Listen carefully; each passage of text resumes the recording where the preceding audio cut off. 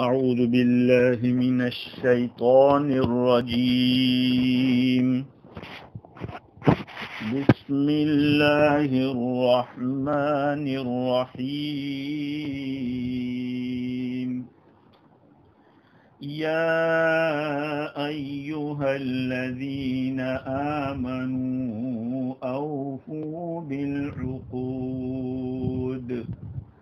أحلت لكم بهيمة الأنعام إلا ما يتلى عليكم غير محل الصيد وأنتم حرم إن الله يحكم ما يريد صدق الله العظيم.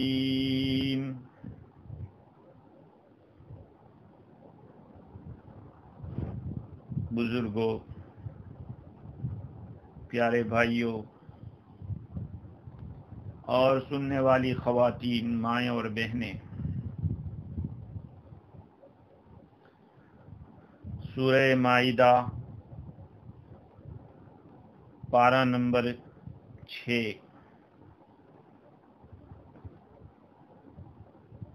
قرآن مجید کے اندر اگر دیکھنے جائیں تو اس کو نقل کیا گیا ہے، لکھا گیا ہے سورہ نساء کے بعد. پہلے سورہ فاتحہ ہے، پھر سورہ بقرہ ہے، سورہ آل عمران ہے، سورہ نساء ہے. 4 سورتوں کے بعد 5ویں نمبر پہ سورہ مائدہ کو بیان کیا ہے، جس میں 120 آیتیں ہیں. یہ سورت مدنی ہے، مدینہ منورہ میں حجۃ الوداع کے موقع پر فتح کے بعد نازل ہوئی ہے. پہلی آیت کا ترجمہ یہ ہے، اللہ تعالیٰ فرماتے ہیں ایمان والو، تم اپنے قرار کو پورا کرو، اپنے وعدوں کو پورا کرو. تمہارے لیے مویشی چوپائے حلال کیے گئے ہیں، مگر وہ جن کا بیان تمہارے سامنے کیا جائے گا. مگر حالت احرام میں شکار کو حلال جانتے ہوئے مت کرنا. بے شک اللہ تعالیٰ جو چاہتا ہے حکم کرتا ہے. یہ آیت کا ترجمہ ہے. سورہ مائدہ، مائدہ کے معنی ہے دسترخوان. علامہ کاندلوی، مولانا ادریس کاندلوی نور اللہ مرقدہ فرماتے ہیں کہ اس سورت کو سورۃ المائدہ اس لیے کہتے ہیں کہ اس میں دسترخوان کا ذکر ہے، اس دسترخوان کا جو سیدنا عیسیٰ علیہ السلام کے اوپر اللہ کی طرف سے نازل کیا گیا تھا. 7ویں سپارے میں اسی سورت کے اندر مائدہ کا تذکرہ آئے گا. اس کا ایک نام علامہ آلوسی بغدادی رحمۃ اللہ علیہ کے قول کے مطابق اس کو سورۃ العقود بھی کہتے ہیں، منقذہ بھی کہتے ہیں. عقود تو اس لیے کہتے ہیں کہ پہلی ہی آیت کے اندر عقدوں کو پورا کرنے کا ذکر ہے، اور منقذہ اس لیے کہتے ہیں لأنها تنقذ صاحبها من ملائکۃ العذاب، اس لیے کہ یہ صورت جو اس پر عمل کرے گا وہ عذاب کے فرشتوں سے بچ جائے گا.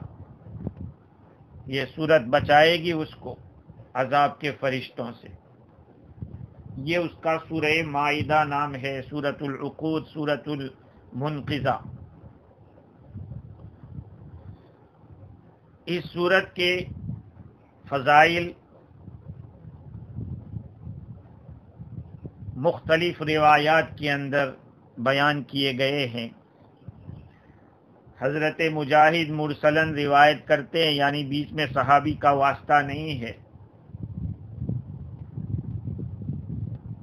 آقا صلی اللہ علیہ وسلم نے فرمایا، علموا رجالکم سورۃ المائدہ وعلموا نساءکم سورۃ النور، تم اپنے مردوں کو سورہ مائدہ سکھاؤ اور اپنی عورتوں کو سورۃ النور سکھاؤ۔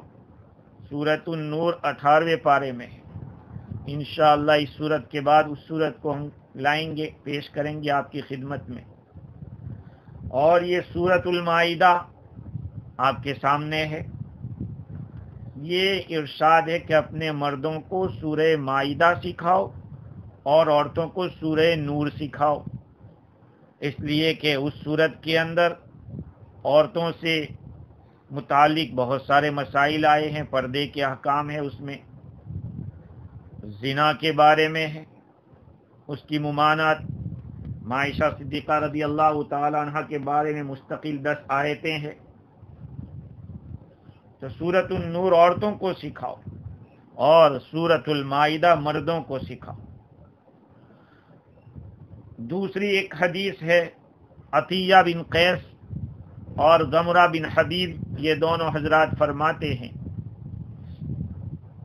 رسول اللہ صلی اللہ علیہ وسلم نے ارشاد فرمایا، المائدۃ من آخر القرآن تنزیلا فأحلوا حلالها وحرموا حرامها، سورہ مائدہ قرآن کی آخر میں اترنے والی صورتوں میں سے ہے، لہذا اس کے حلال کو حلال سمجھو اور اس کے حرام کو حرام سمجھو۔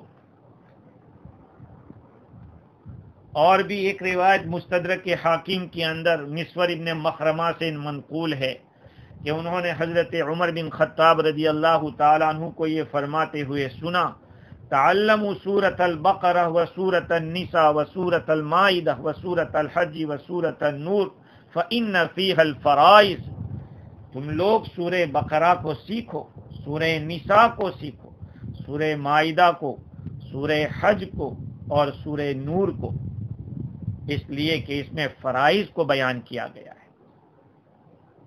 سورہ بقرہ کے اندر حج کے احکام ہے، نکاح کے طلاق کے احکام ہے، اور بھی عدت کے احکام ہے، لین دین کے، سودی کاروبار کے، یہ سارے احکام سورہ بقرہ کے اندر ہیں۔ سورہ نساء کے اندر میراث کے احکام ہے، کس کو کیا ملے گا، اور کون سی عورت حلال ہے نکاح کے لیے، کون سی حرام ہے۔ اسی طرح سے بہت سارے احکام سورہ نساء میں بھی ہیں، سورہ مائدہ میں بھی ہے۔ سورۃ الحج، اس میں قربانی اور حج کے مسائل ہیں۔ سورۃ النور جیسے میں نے عرض کیا، فإن فیہا الفرائض، عمر بن خطاب رضی اللہ عنہ فرماتے ہیں کہ اس لیے کہ اس میں فرائض ہے۔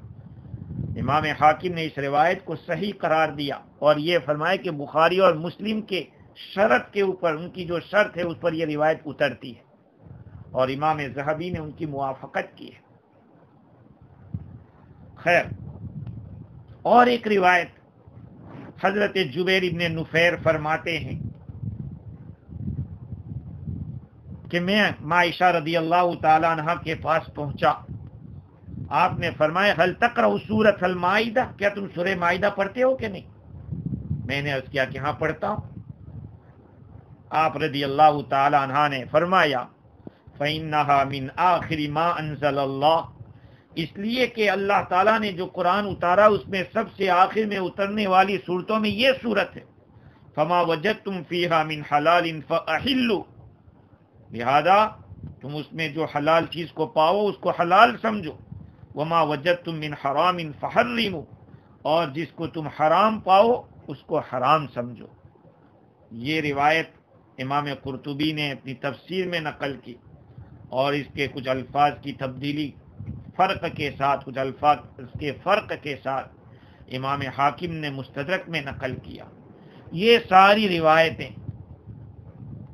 دلالت کر رہی ہے اس بات پر کہ سورہ مائدہ ایک محتم بالشان صورت ہے، اور بقول مفتی شفیع صاحب نور اللہ مرقدہ کے آپ نے بحر محیط کے حوالے سے نقل کیا کہ معاہدات جتنے بھی ایگریمنٹ ہے، معاملات یعنی جتنے ڈیلنگز ہے، ان سب کے بارے میں یہ صورت، اور خصوصی طور پر اس کا بگننگ پارٹ جو ہے، شروع کا پارٹ، ایک خاص امپورٹنس رکھتا ہے، خاص حیثیت رکھتا ہے۔ اسی لیے جب رسول اللہ صلی اللہ علیہ وسلم نے حضرت عمرو بن حزم رضی اللہ عنہ کو یمن کا گورنر بنا کر بھیجا اور ایک فرمان، ایک نصیحت نامہ، ایک حکم نامہ آپ نے ان کے حوالے کیا، اس فرمان کے ہیڈنگ میں آپ نے یہ آیت تحریر فرمائی تھی، یا ایھا الذین آمنوا اوفوا بالعقود۔ یہ آیت آپ نے شروع میں لکھی تھی۔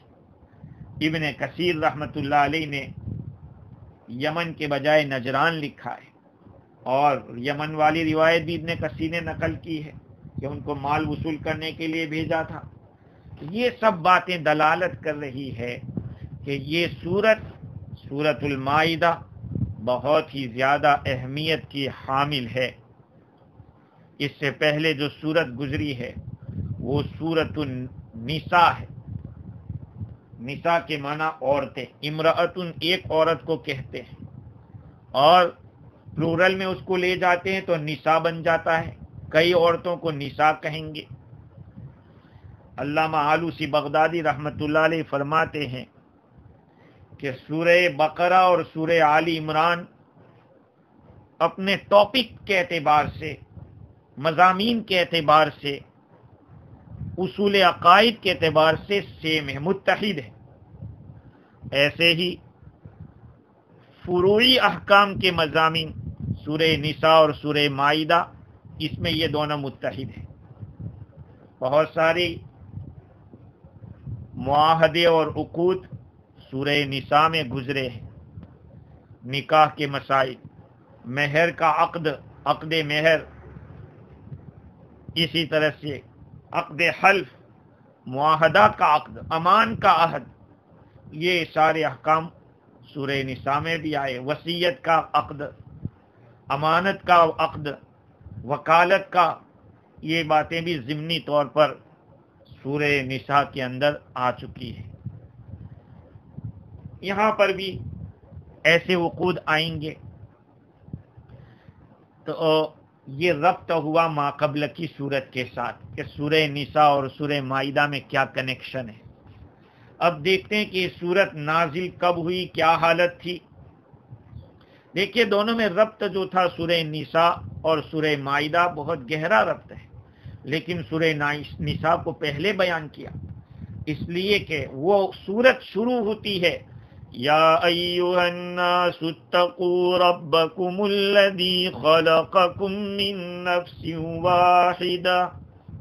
جتنے بھی شادی شدہ ہوں گے مرد، وہ سب جانتے ہیں کہ یہ آیت نکاح کے وقت پڑھی جاتی ہے۔ سورہ نساء کی یہ پہلی آیت ہے،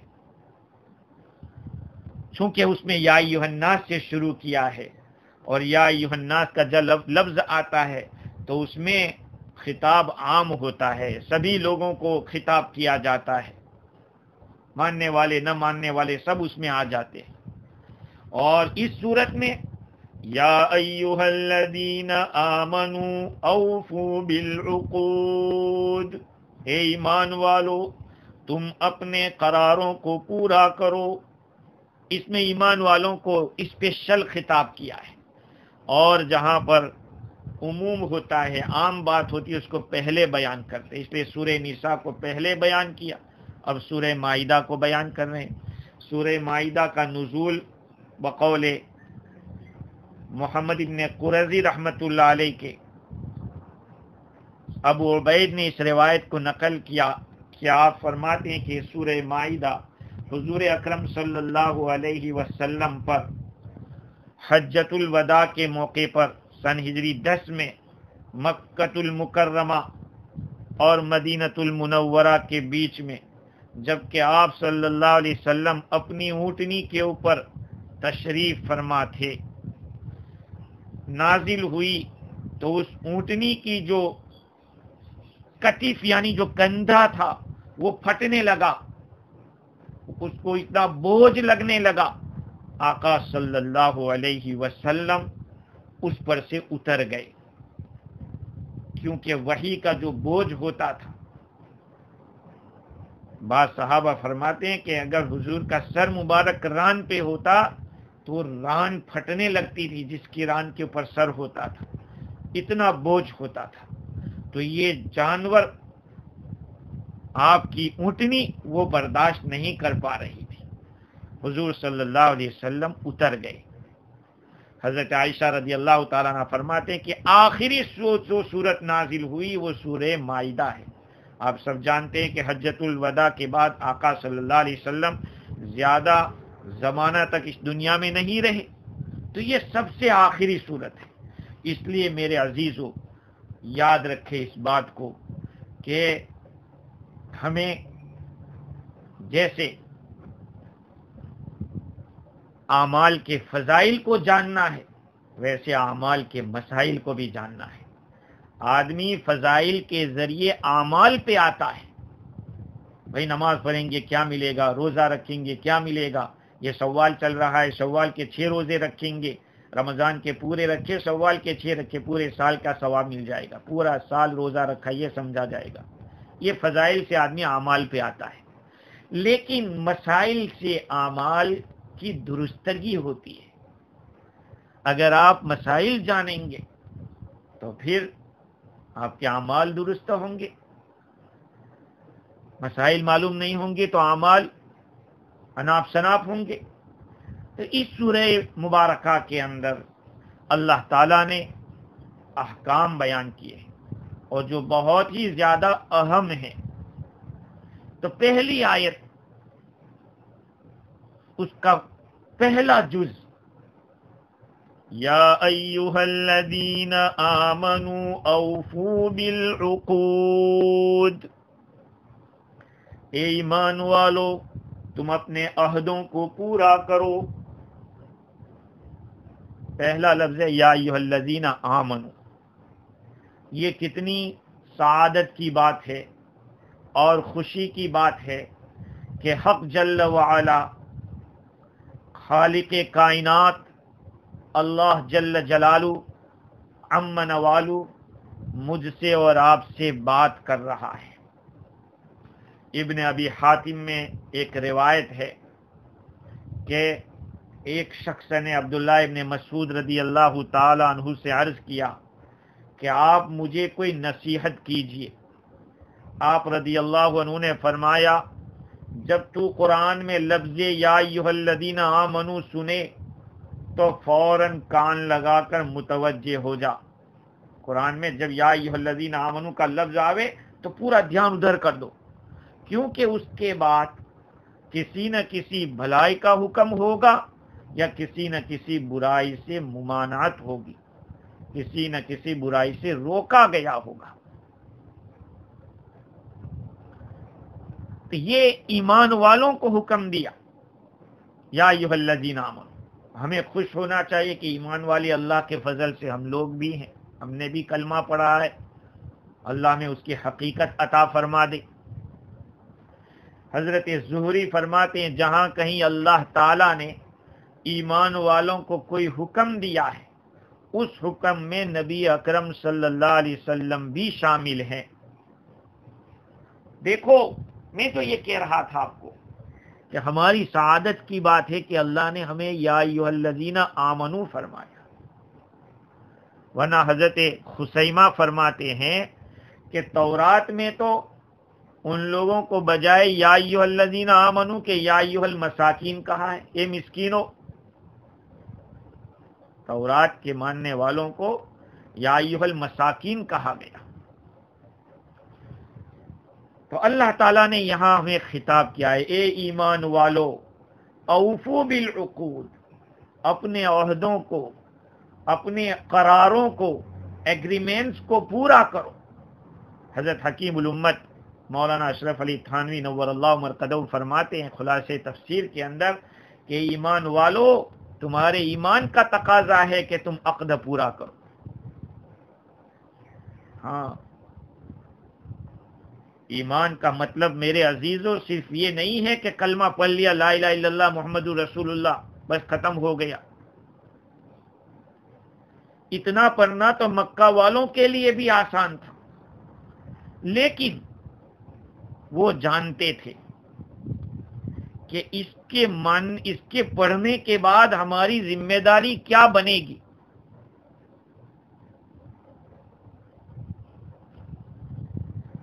علامہ شبیر احمد عثمانی رحمۃ اللہ علیہ فرماتے ہیں کہ ایمان شرعی دو چیزوں کا نام ہے.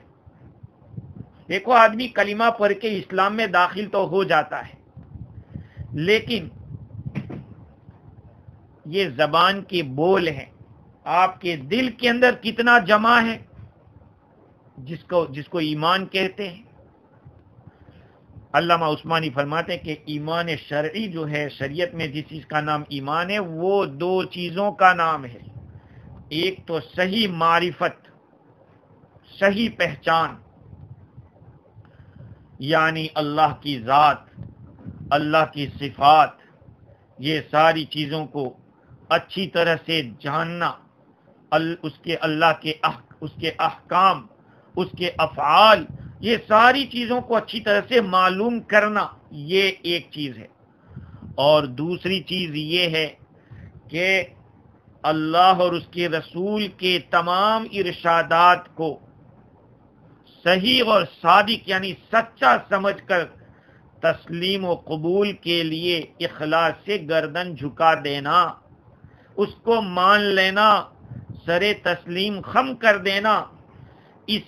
یہ جو دوسرا جز ہے، اس کے لحاظ سے ایمان حقیقت میں تمام قوانین اور احکام الہیہ کے ماننے اور جملہ حقوق ادا کرنے کا ایک مضبوط قرار ہے، ایک ایگریمنٹ ہے. گویا کہ بندہ جب یہ کہتا ہے کہ میں کلمہ پڑھ چکا ہوں، میں اللہ پر ایمان رکھتا ہوں، تو گویا اللہ تعالیٰ کی ربوبیت کاملہ کا وہ اقرار کر رہا ہے. جو اس نے عہد الست کے اندر اللہ تعالیٰ نے پوچھا تھا کہ الست بربکم، کیا میں تمہارا رب نہیں ہوں؟ سب روحوں نے کہا تھا کہ بلا، کیوں نہیں، آپ تو ہم سب کے رب ہیں.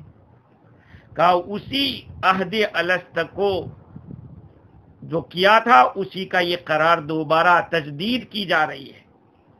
جو ایمان دنیا میں لاتے ہیں، ایمان شرعی کہ بھئی میں مومن ہوں، میں مسلمان ہوں، یہ جو عالم ارواح کے اندر ہماری روحیں آدم علیہ السلام کی پشت سے نکالی گئی تھی، اس وقت جو اللہ تعالیٰ نے پوچھا تھا لست بربکم، کیا میں تمہارا رب نہیں ہوں، تو ساری روحوں نے بلا کہا تھا.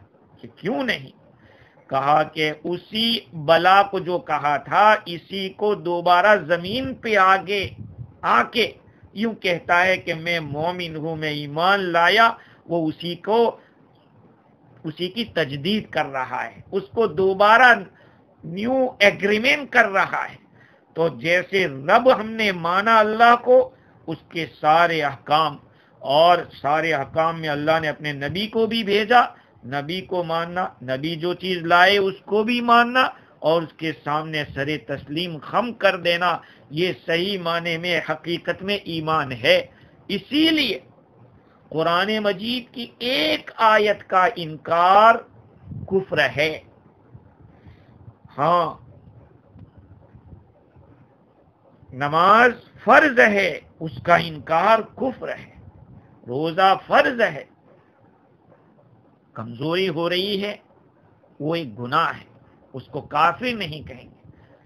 ہاں، ایمان کا لیول اس کا کم ہوتا جائے گا، ضعف آئے گا، لیکن اس کے سامنے سر تسلیم خم کر دینا، یہ حقیقت میں ایمان ہے.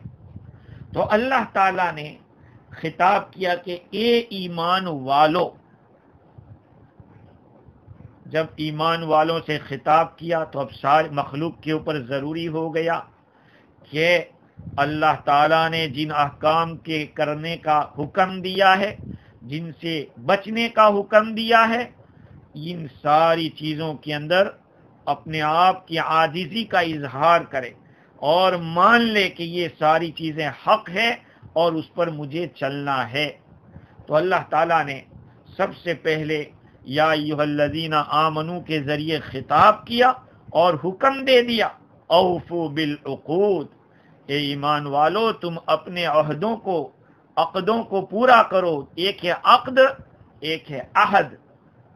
امام رازی نے لکھا ہے تفسیر کبیر کے اندر العقد هو وصل الشیء بالشیء علی سبیل الاستیثاق والاحکام، ایک چیز کو دوسری چیز کے ساتھ مضبوطی سے جمع دینا، جوائنٹ کر دینا، یہ ہے عقد.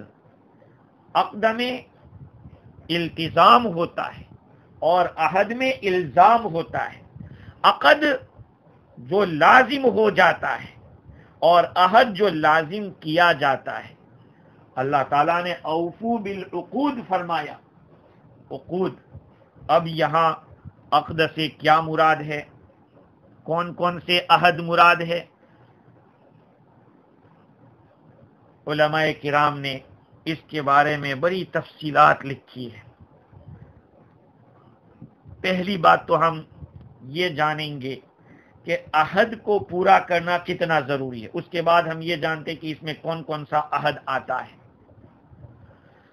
عہد کو پورا کرنا، جو کچھ آپ نے ایگریمنٹ کیا ہے، جو وعدہ کیا ہے، اس وعدے کو پورا کرنا شریعت میں بہت ضروری ہے.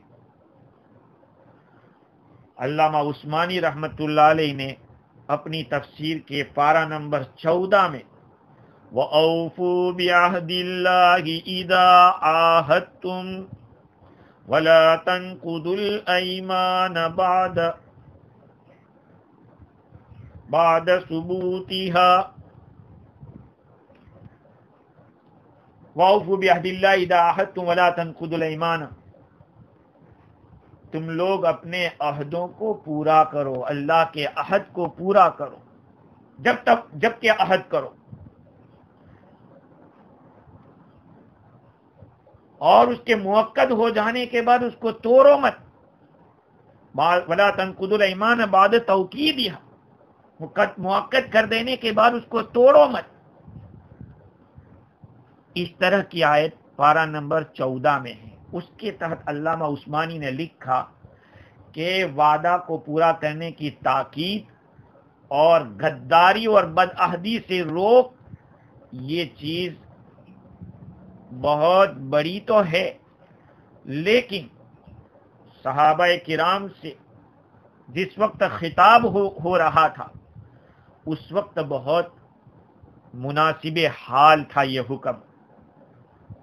کیونکہ سوچئے یہ جو اوفو بالعقود کا حکم آیا ہے سن ہجری 10 کے اندر ہے، اور اس وقت مسلم قوم کا عروج اور ترقی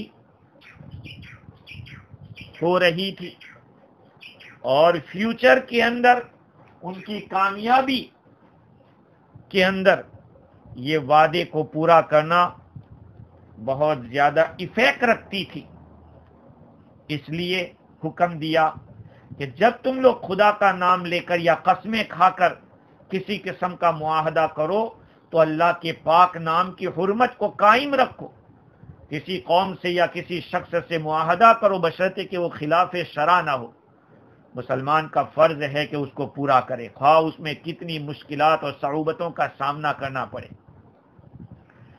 کیوں؟ قول مرداں جاندارت، مردوں کی جو بڑے لوگ ہوتے ہیں ان کی بات میں جان ہوتی ہے. ہاں، پرائم منسٹر اگر یوں کہتا ہے کہ یہ ہو جائے گا، اس کا مطلب کیا ہوتا ہے؟ یہ کرے گا. ہاں، لیکن اگر پہلے ہی سے عہد و قرار کی توڑنے کی عادت بنی ہو، یہ سوچتا ہو کہ بولنے میں کیا جاتا ہے، تو اس کے نزدیک وہ مرد نہیں ہے. اس کو پھر مردوں میں شامل نہیں کرنا چاہیے. مرد تو وہ ہوتا ہے کہ جس کی بات میں کچھ دم ہوتا ہے، جو کہتا ہے وہ کرتا ہے. معاہدوں اور قسموں کو فریب اور دغا، مکاری اور حیلہ سازی کا علامت بناؤ. جس طرح زمانے جاہلیت میں ایسا ہوتا تھا کہ ایک جماعت کو اپنے سے کوئی طاقتور مضبوط جماعت مل جاتی، اس سے ایگریمنٹ کر لیتی کہ ہم تمہارے ساتھ رہیں گے. پھر اگر کوئی اور جماعت اس سے بڑھیا اور مضبوط مل جاتی تو اس کو چھوڑ دیتے تھے، اس سے کر لیتے تھے. قرآن نے کہا کہ معاہدے کو پورا کرو. چنانچہ حدیث شریف میں ہے، عائشہ رضی اللہ تعالی عنہا کی مرفوع روایت ہے، ان حسن العہد من الایمان، عہد کو کے ساتھ اچھا عہد کرنا وہ ایمان میں سے، وعدے کو پورا کرنا یہ ایمان میں سے ہے. قرآن مجید کے اندر مختلف مقامات کے اوپر عہد کو پورا کرنے کا حکم دیا. وَأَوْفُوا بِالْعَهْدِ إِنَّ الْعَهْدَ كَانَ مَسْئُولًا، وعدے کو پورا کرو، عہد کو پورا کرو، اس لیے کہ عہد کے بارے میں سوال ہوگا، پوچھا جائے گا. اور یہ عہد کا پورا کرنا یہ ضروری نہیں کہ مسلمان ہو تبھی پورا کریں گے، غیر مسلم ہو کو تو نہیں پورا کریں گے، نہیں. جامع الصغیر کے اندر حضرت علی رضی اللہ تعالیٰ عنہ کی ایک مرفوع روایت ہے، ثلاث لیس لأحد من الناس فیہ رخصہ، تین چیزیں ایسی ہیں کہ جن کے بارے میں کسی کو کوئی رخصت نہیں ہے، کوئی چھٹی نہیں جس کے کرنے کے بارے میں. یعنی ایسا نہیں کہ کسی جگہ کر لیں کسی جگہ نہ کریں، نہیں. تین چیزیں ایسی ہیں کہ جہاں کہیں یہ پائی جائے گی اس میں کوئی بہانہ نہیں چلے گا کہ چھوڑ دیں، چل جائے گا، دوسرا آدمی ہے. نمبر 1 بر الوالدین مسلمن کان او کافرا، والدین کی فرما برداری کرنا، ماں باپ کے ساتھ اچھا سلوک کرنا، چاہے مسلم ہو یا کافر ہو. ہمیں اپنا اچھا سلوک نہیں چھوڑنا چاہیے. دیکھو یہاں میں ایک بات کو اوپن کر دوں، بہت ضروری ہے. ماں باپ اپنی اولاد کے حقوق کو ادا کرتے ہیں تو اولاد ضرور اپنے ماں باپ کے حقوق کو ادا کرتے ہیں. آج ہم نے یہ تو چاہا کہ ہماری اولاد ہمارا کہنا مانے، لیکن ہم نے اپنے اولاد میں بے انصافی کی ہے، تو کہاں سے اولاد مانے گی؟ ہمارا اولاد مطیع و فرما بردار کہاں ہوگی؟ آپ چاہتے ہو کہ میری ساری اولاد میری خدمت کرے تو آپ کو ساری اولاد کے ساتھ انصاف کرنا پڑے گا. خیر یہ دوسرا ٹاپک ہے، میں ادھر جانا نہیں چاہتا، بات آ گئی تھی. باقی یہ بات ہے کہ والدین کے ساتھ حسن سلوک کرنا، چاہے ماں باپ مسلمان ہو یا غیر مسلم ہو، ان کے ساتھ حسن سلوک کرنا یہ اسلام کا حکم ہے، اس میں کوئی باندھ چھوڑ نہیں ہے. یہ الگ بات ہے کہ قرآن اور حدیث کے خلاف یا شریعت کے خلاف ماں باپ اگر حکم دے تو کہا اس میں مانا نہیں جائے گا، اس لیے کہ اس اللہ کا مانا جائے گا. لا طاعت لمخلوق فی معصیۃ الخالق، مخلوق کی اطاعت نہیں ہے خالق کی نافرمانی میں. ہاں ان کے ساتھ حسن سلوک کیجئے، ان کی خدمت کیجئے، چاہے مسلمان ہو چاہے غیر مسلم ہو.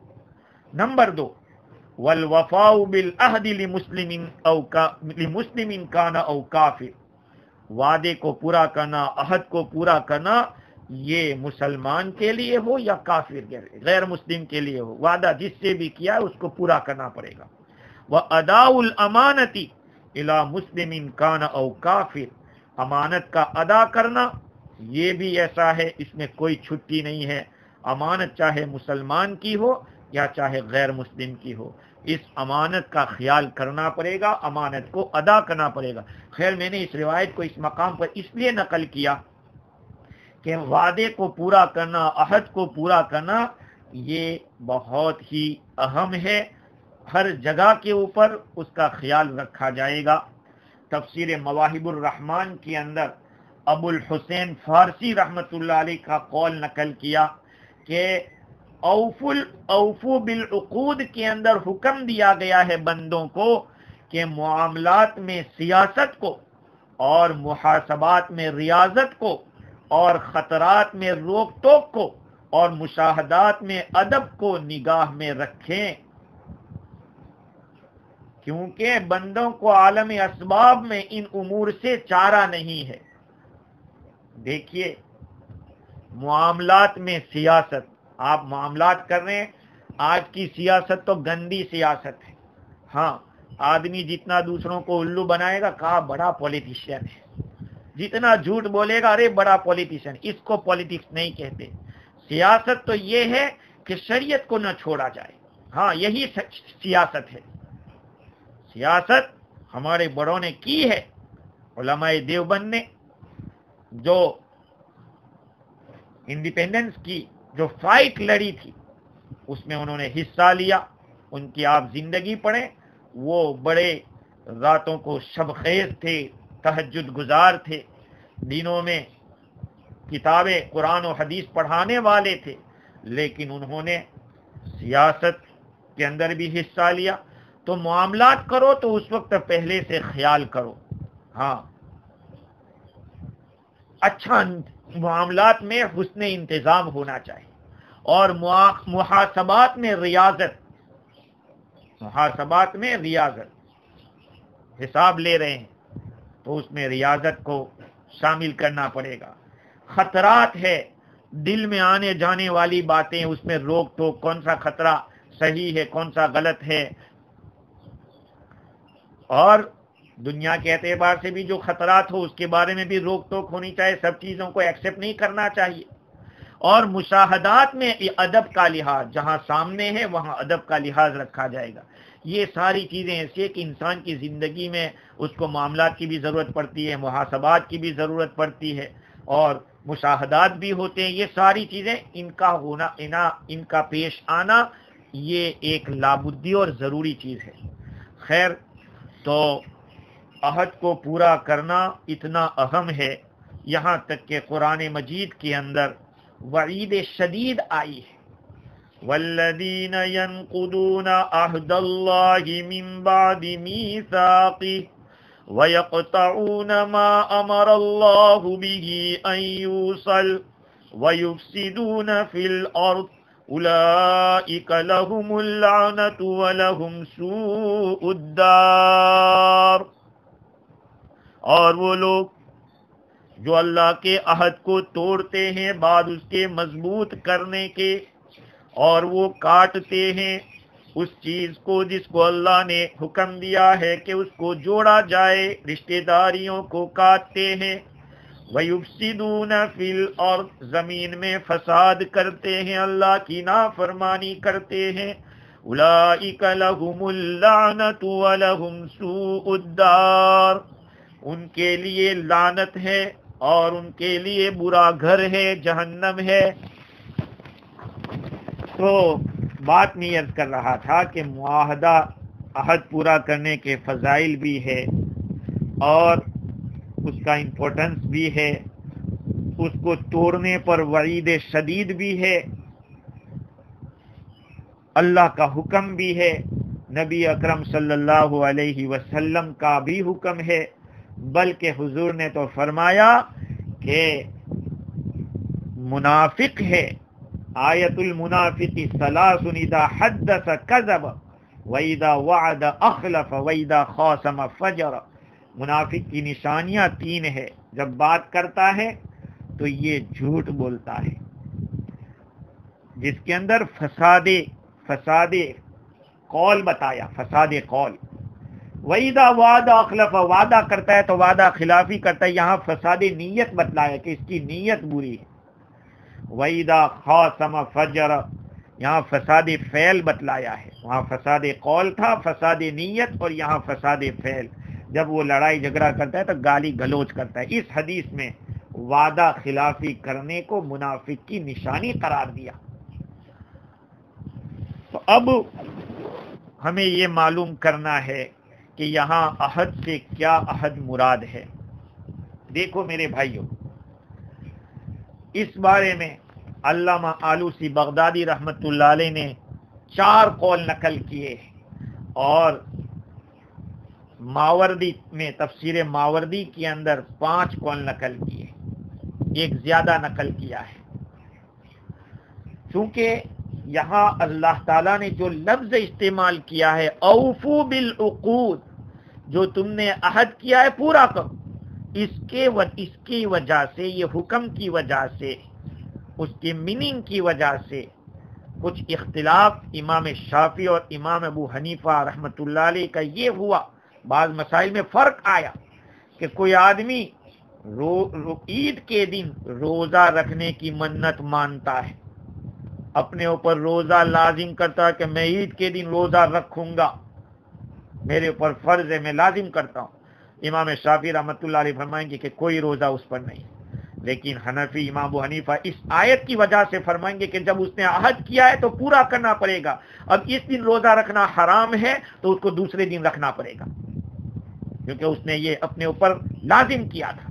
اور چونکہ یہ یہاں پر رکاوٹ موجود ہے کہ روایت میں منع ہے، عید کے دن روزہ نہیں رکھ سکتے.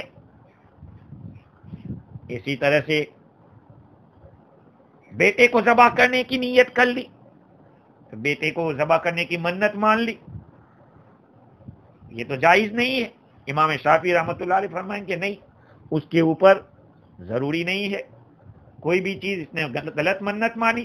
امام ابو حنیفہ رحمۃ اللہ علیہ کہ قرآن کا یہ حکم ہے کہ عہد کیا ہے پورا کرو، بچے کو ذبح کرنا حرام ہے، اس کی جگہ جانور ذبح کرو.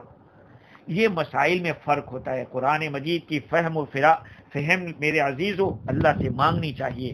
یہ قرآن مجید عجیب اللہ تعالیٰ کی کتاب ہے، اس سے ہمیں وابستگی بہت ضروری ہے، اس سے تعلق پیدا کرنا بہت ضروری ہے. اللہ تعالیٰ نے حکم دیا اوفو بالعقود. وہ 5 قسم کے عہد کون کون سے ہیں؟ مفسرین کی رائے اس بارے میں مختلف ہے.